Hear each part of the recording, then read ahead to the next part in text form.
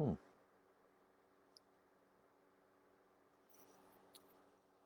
Good evening and hello and welcome to this. Uh, I guess you'd say it's a pretty cold Tuesday here in the Chicago area. And my name is Sid Yiddish, and welcome to the Quarter Hour with Sid Yiddish. This is week 16. Week 16. Been doing this for about 4 months now, since late July. So it's great that this is week 16, and a few little announcements, and we'll get straight into the show. Okay, so I know I didn't post a reminder this week.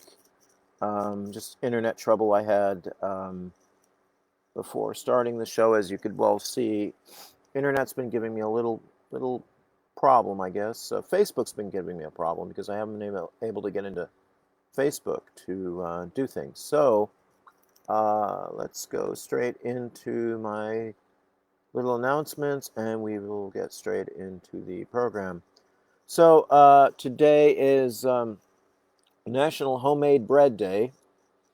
It's also National Baklava Day, and it's also National Take a Hike Day. So, like, if you ever get pissed off at someone and you say, "Hey, buddy, go take a hike," today is the day to do it. Also been reading in the news. I don't often mention this stuff, but locally here, Mancow has announced that he's hanging it up after a couple years on the radio here on local affiliation WLS, even though WLS is a national affiliation, heard around the United States and Canada and Mexico. If you get a chance to listen to it down in Mexico, um, you know, just to say, for his brand of radio, my guess is, since Trump lost the election fair and square, even though he claims that he hasn't, I would say that brand of radio, I think, is on its way out. He also mentioned that radio is on its way out, that kids today don't know about radio, but I'd probably have to argue that they actually do know what radio is. And it's not just the invention that their grandparents and their parents grew up listening to. There's quite a lot of people who know what radio is, and radio is a good thing. And radio allows you to use your imagination. Maybe Mancow's imagination was just shot at this point. I have no clue, but obviously his imagination is, if he has to say something to the effect of that he's lonely because he can have no guests or whatnot. There is a thing called creativity, and if you can't find some way to be creative, then really, I'd suggest for him to get out of the business, because he can find better things to do. Maybe he'll get another radio show. Maybe he'll do a podcast. Maybe he'll go back to television. And maybe he can be a stand-up comic. Who knows? I don't know personally, but nothing against Mancow, because I did appear on a show at least 8 times in 2014, and he gave me a chance, and he was good like that. And, he's fair to that degree.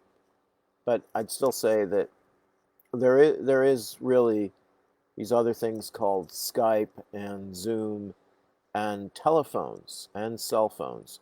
You can always call people up by Skype or by Zoom, even or Google Hangout and or Facebook Live, like the way I'm doing it.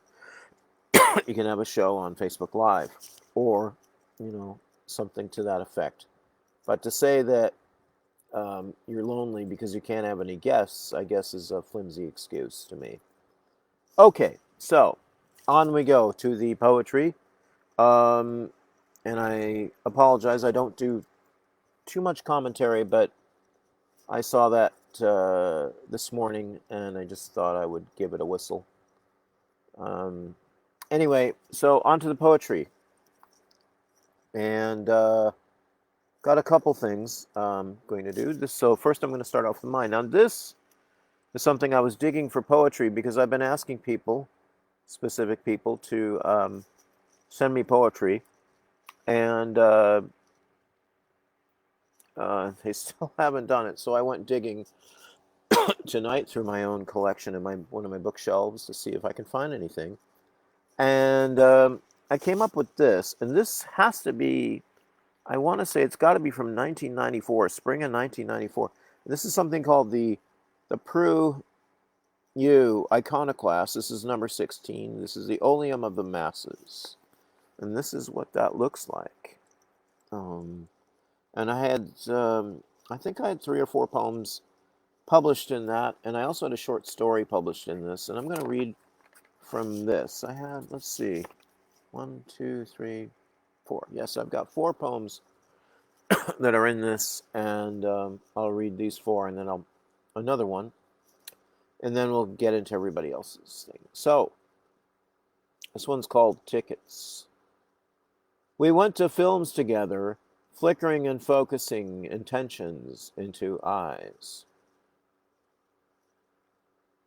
It's called Sweet Corn. Oh, they're all short. This week they're all short. Well, with the exception of the other one. Sweet Corn. Her eyes flittered across the page like 2 butterflies floating cross country, across earth-ridden fields, amber grain left behind on a summer's day. It's called Red Tea Bag Jazz. She said she liked things like I did too, asked if I dressed for weather so pale, teetered, tossed hazel-tweaked eyes, said sure feels like something. Long ago, I felt nothing at all. Dream walks away. She walked down the side of the road, sat down next to a tree. I watched her move.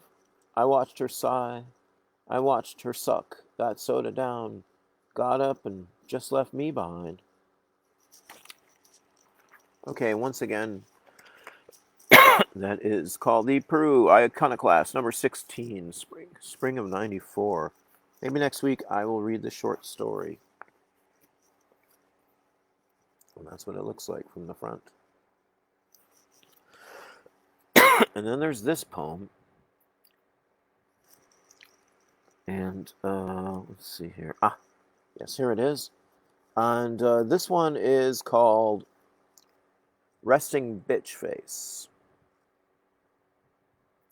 When I first heard you utter those words, I laughed out loud, though cried inside. You just knew. I felt for the first time a real breakthrough between us. Though we'd already been working side by side for at least 3.5 years. Because at last you understood me like you do now, and it pains me to write this, eyes stinging with tears. 4.5 years, and you're walking out the door for a greater moment ahead.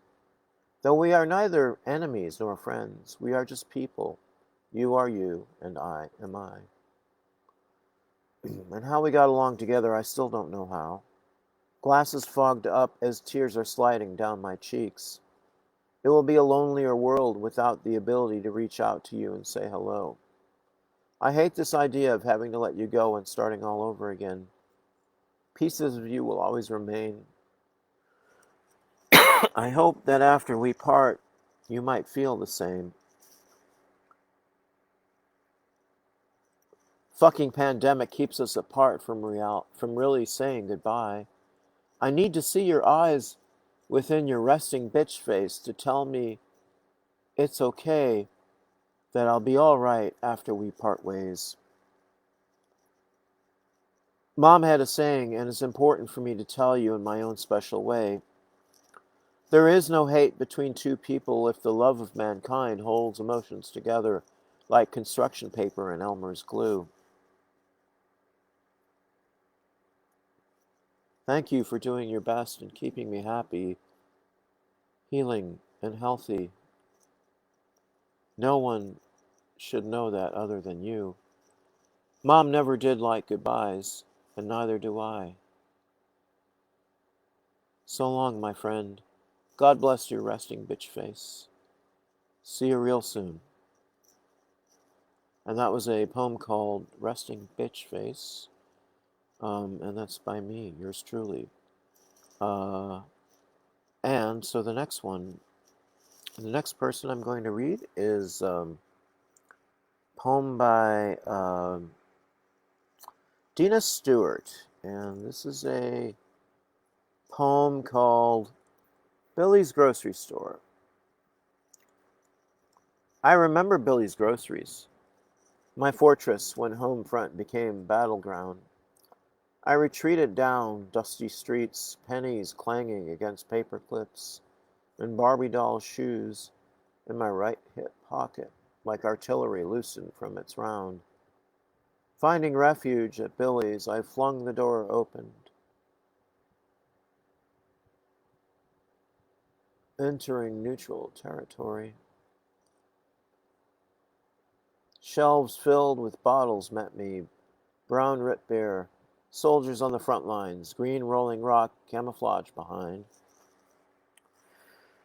In the center, rows of lettuce, cabbage, grapefruit, oranges piled up like cannonballs. I gingerly reached for a ripe fruit until General Billy ordered me away. I handed him my pennies for a handful of bullet-shaped red hots, while the Wrigley sticks waved white flag wrappers. Once outside, I sat on Billy's stoop, enjoying the spoils of war. That was called Billy's Grocery Store, and that was by Dina Stewart. And this poem, which is entitled, I'll get to it here, I will get to it in a moment, is called Death of a Child. Let's see if I can get to it here. Yes. The mother, like a bird, having flown many miles, sits in her living room and folds her hands over her belly, the way a tired bird folds its wings close to its body. Outside, the sun descends, evening engulfs the sky. A flock of blackbirds pollute the silence, chattering among themselves. Talk of returning home to nest. The father shouts, "Damn birds, damn fucking birds!" Like we need to hear their happy noise. Don't those fucking birds know? Don't they know? The mother hears the birds outside her house and runs to the window, whispering, "Billy, Billy!" as if a bird might light on the living room windowsill and say, "Hi, Mom, I'm home." Family flocks around her, cooing their sympathies, begging her to cry, to scream, to squawk her anguish. They can't make sense of her silence. Sympathies grow thin. They fly from her house, leaving her sitting until the last relative slams the front door shut. The mother rises, spreads her arms out like two glorious wings, flutters about the house, screaming, "Billy, Billy!" Returns to the couch, folds in upon herself, and quietly weeps. And again, that's a poem called Death of a Child, which is, personally, I think it's a really beautiful poem. It's by Dina Stengel. And we'll hear more from Dina next week. Now, this one is also by, this is by Eileen Weiner. She's a singer-songwriter from Hollywood, California. So Dina is living in the Chicago area, by the way, so you should know that. And these are poems now by Eileen Weiner. And this first one anyway, is called Love Leaves His Calling Card. When you see me coming, don't try to run. I'm as swift as an arrow or a bullet from a gun. I'll find you by moonlight, wherever you stray. Your trembling hands can't push me away. Your trembling heart beats for me still. It always has, and it always will. I'm here to remind you, merciless kindness. I'm your every breath. There is no defense. and you will give yourself to me, naked and unafraid. The way you came into the world, come to me now. I wait.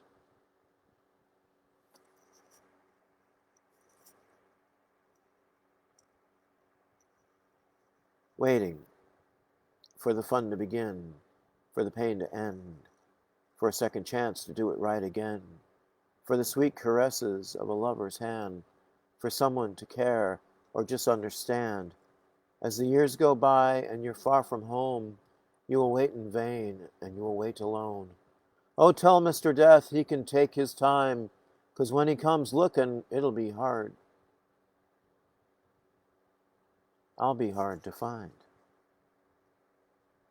Eileen, if you're watching, that's a great poem. That's really a great poem. I don't say those things often when I'm reading things, but really, that's really a great poem. And this one's called Lament. Fine lover you are, never late to the bar. While I sit here untouched, I don't complain much. Your image, my darling, so daintily flawed, no one would guess you're a fake and a fraud. Untrue to your talent, untrue to your heart, frozen like stone and useless as art. You wanted me badly, and once I was got, you gave me one right. You gave me one night, and took off like a shot. As you pine for another, I'm pining for you. That's why this piano plays only the blues. Wow, this rolls straight off your tongue, doesn't it? Eileen, that's a great poem. Eileen, if you're watching, these poems are really great. They're really good. Wonderful, wonderful, wonderful, wonderful, wonderful poetry. We'll hear more from, you'll hear more from Eileen next week. And on to the next fellow. That would be the one, the only Michael Board. And I'm going to read some haiku from Michael Board. Got some more haiku. Now, if you have poetry that you would like me to read in my own lovely voice, hit me up, and I'll be happy to read your poetry. So, Michael Board, haiku. The print on the optimist's business card, suspiciously small. The print on the optimist's business card, suspiciously small. Tearing out, made in China, gift from Australia. Tearing out, made in China, gift from Australia. Holding hands, her shoes slightly more pointed than his. Holding hands, her shoes slightly more pointed than his. Hey, Michael, I know you don't usually watch this kind of stuff, but I really like this one particular haiku that you sent me the other day. This is the holding hands, her shoes slightly more pointed than his. I really like that. I really like the way it just kind of rolls along. But then again, Michael, you've always had the gift for haiku, so I know that about you. Not many do, but I know that about you. You're just like Mom, because Mom had that gift too. Well, we'll talk about Mom another time. Just got to roll along here. So next week, there'll be more haiku by Michael Board, or who knows what might be by Michael Board. Now, tonight, before we get to the main dish of poetry, I'd like to introduce a different poet. I haven't read it before. I haven't read him before. So I'd like to introduce some poems by William Butler Yeats, whose poetry I really adore. I don't tell too many people about that, but he's one that I adore, person I adore very much. And this poem is called To a Poet Who would have me praise certain bad poets, imitators of his and mine. It just sounds like one of my poetry titles. You say as I have often given tongue in praise of what another's said or sung, 'twere polite to do the like by these. But have you known a dog to praise his fleas? That's a great poem. That's really a great poem. And this one is really a favorite of mine. I used to, when I worked full-time at the bingo factory 20 years ago, I guess it would be 21 years ago already. This is a poem called A Coat. It's a poem that really defines me, I believe, in my life. It's called A Coat. I made my song a coat covered with embroideries out of old mythologies from heel to throat. But the fools caught it, wore it in the world's eye, as though they'd wrought it.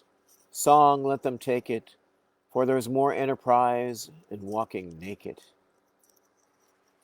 And again, that is from the selected poems of William Butler Yeats.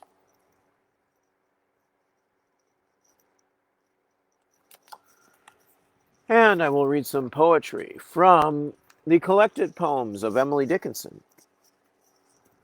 And there is a book. I love Emily Dickinson. I absolutely do. I really, really like her poetry. And remember, since she didn't really have titles, she had like Roman numerals. I can't read Roman numerals very well, but so I picked out these. So this one's XXI. An awful tempest mashed the sur. The clouds were gaunt and few. A black, as if a spectre's cloak, hid heaven and earth from view. The creatures chuckled on the roofs and whistled in the air and shook their fists and gnashed their teeth and swung their frenzied hair. The morning lit, the birds arose. The monster's faded eyes turned slowly to his native coast, and peace was paradise. This one's called XXII. And everywhere of silver, with ropes of sand to keep it from effacing the track called land. This one's called XXIII. A bird came down the walk. He did not know I saw. He bit an angel worm in halves. He bit a single. No. All right, I'm going to start that again. This is XXII. A bird came down the walk. He did not know I saw. He bit an angleworm in halves and ate the fellow raw. Then he drank a dew from a convenient grass, and then hopped sidewise to the wall to let a beetle pass. Maybe it was John Paul, George, Ringo. No, maybe not. Probably not. He glanced with rapid eyes that hurried all abroad. They looked like frightened beads, I thought. He stirred his velvet head. Like one in danger, cautious, I offered him a crumb, and he unrolled his feathers and rowed him softer home. Then oars divide the ocean to silver for a seam, or butterflies off banks of noon leap plashless as they swim. And this one is, let's see, this one is, this one continues on to the next. So this one is called XXIV. A narrow fellow in the grass occasionally rides. You may have met him, did you not? His notice sudden is. And rivers where the houses ran, the living looked that day, the bell within the steeple wild, the flying tidings whirled. How much can come and much can go, and yet abide the world. And again, that is by Emily Dickinson. It's from the collected poems of Emily Dickinson. One of my favorites. Poets in all the world. But speaking of favorite poets, my favorite poet is this fellow, really, and he's a good friend of mine and everything else, and I love him dearly. And this guy can tell a story. Let me tell you, this guy can tell a story, and his name, of course, is none.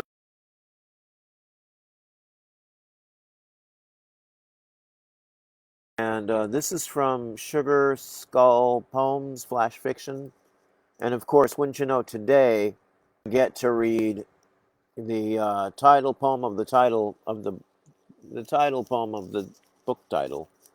It's kind of like when you listen to the song title that's the same title of the album. It's the same logic. And this one, of course, is called Sugar Skull.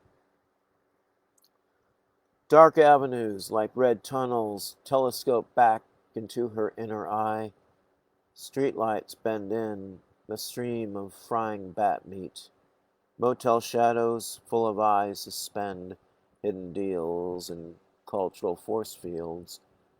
Bugs pour from the cracks in the mirror that line her face with age. She was sure she could lead the homeless army over the wall of the Hollywood Forever Cemetery to dig up the pharaoh and use his skull like a radio to free the internet slaves. It was snowing dope in the desert, all fangs numb with angel feathers. She sneezed and blew her cover so the cameras descended on her and x-rayed her soul until she didn't believe she ever had one. She thought if she could reincarnate into her enemy and then commit suicide, she could loop time back to before the world was poisoned like a well. Smoking looms of memories flashed like lightning in the fog and burned her silhouette across the back wall of the Circle K. After her paranoid poems were rejected for channeling the dead, she intoned them like stand-up to her doctors, who decided to laugh rather than stroke their beards, and declared her cured and shaved their goats and bottled her tears and sold self-help books based on the social media version of herself with a close-up of her.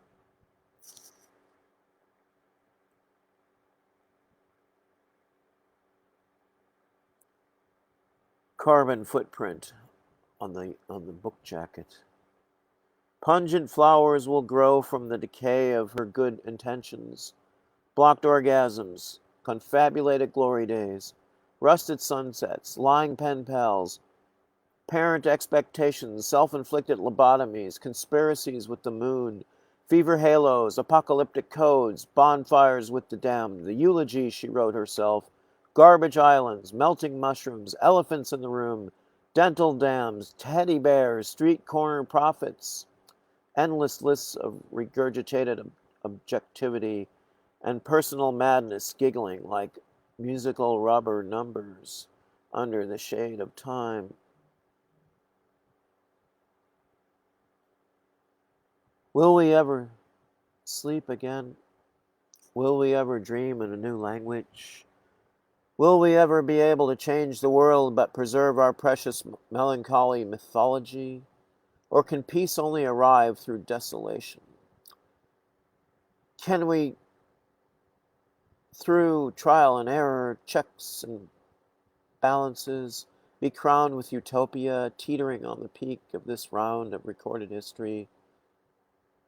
Torn by time, skinless stretched on the rack of the wheeling sun in slow motion.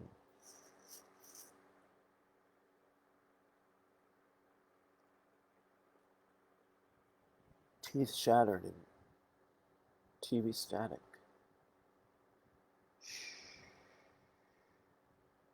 It, God, says. Wes, I don't know if you're watching or not, but this is really a grand poem. I mean, I've read a lot of your things over the period of these 16 weeks, and Man, I have to tell you, this is a really grand poem. It's greatness, man. It's absolute greatness. It's beautiful. If I ever get the chance to read it again, I will. I will read it at an open mic somewhere. Or perhaps I'll read it somewhere else, somewhere like a like a live show or something like that. Because it's really beautiful, Wes. It's really, really beautiful. You know how to tell a story. You've got that gift. Don't squander it ever, man. Do not squander it.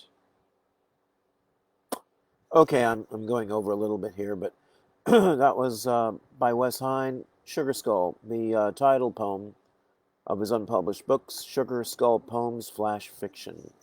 And we'll definitely hear from Wes and the rest of the crew, including yours truly, next week.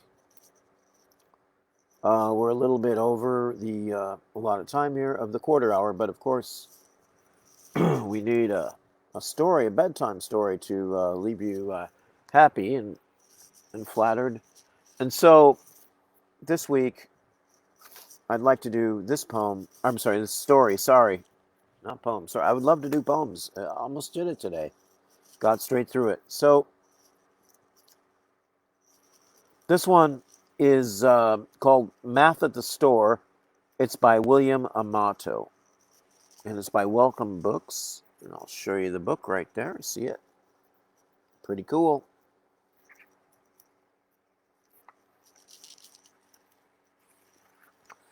And these bedtime stories are brought to you by freepubliclibraries.org. It's not really, but that's where I get my storybooks. So you can hear them every week. So, again, this is called Math at the Store by William Amato. So, my name is Kate. Tomorrow is my birthday. So, there's Kate.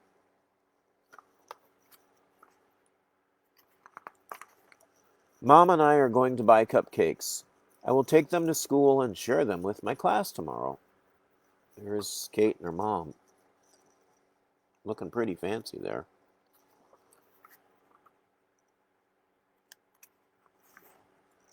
"15 students are in my class. I will buy one cupcake for each student."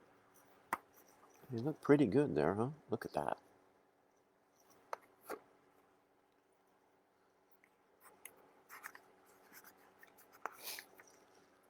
I get 5 chocolate cupcakes. I also get 5 vanilla cupcakes.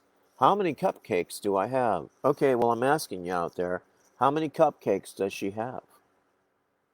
So there's the baker. There she is. She's giving her the cupcakes there. So how many cupcakes do we have here? Do we know yet? Anybody tell me? I have 10 cupcakes.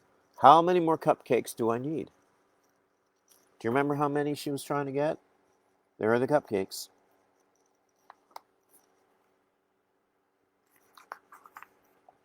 I need 5 more cupcakes. I will get 5 more vanilla cupcakes. There she is. There are the cupcakes, and there's the baker.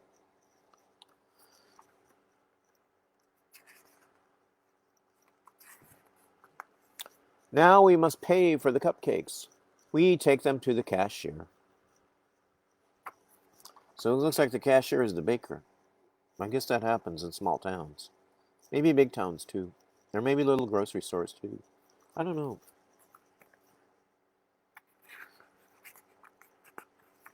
The cupcakes cost $15. Mom gives the cashier $20. How much money do we get back? Okay, so there's a 20. There's Andrew Johnson. So how much do we get back? Do we know? Anybody want to take a guess out there? Ah, nobody's guessing. Okay. We get $5 back. I cannot wait to go to school tomorrow. So there they are, holding the $5. It looks like the cashier baker doesn't want to give the money back. Well, maybe she does. I don't know.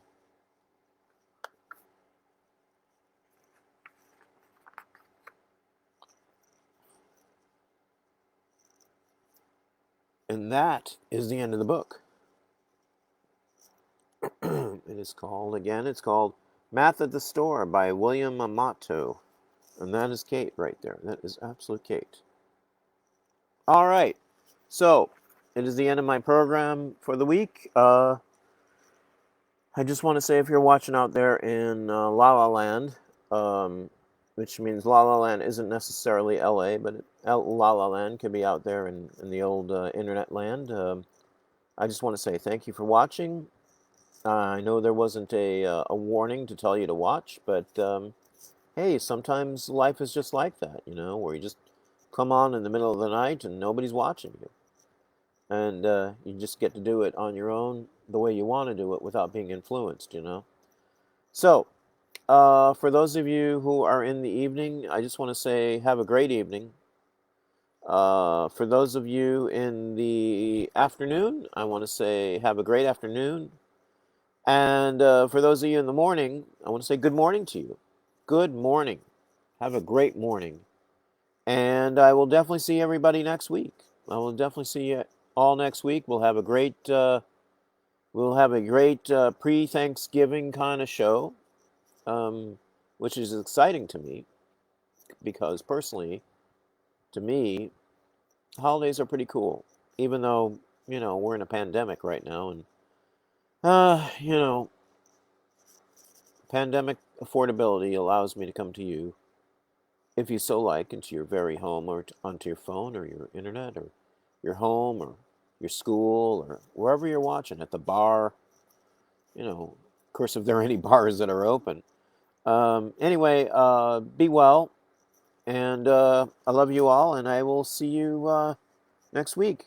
Have a great time wherever you're at. Bye for now.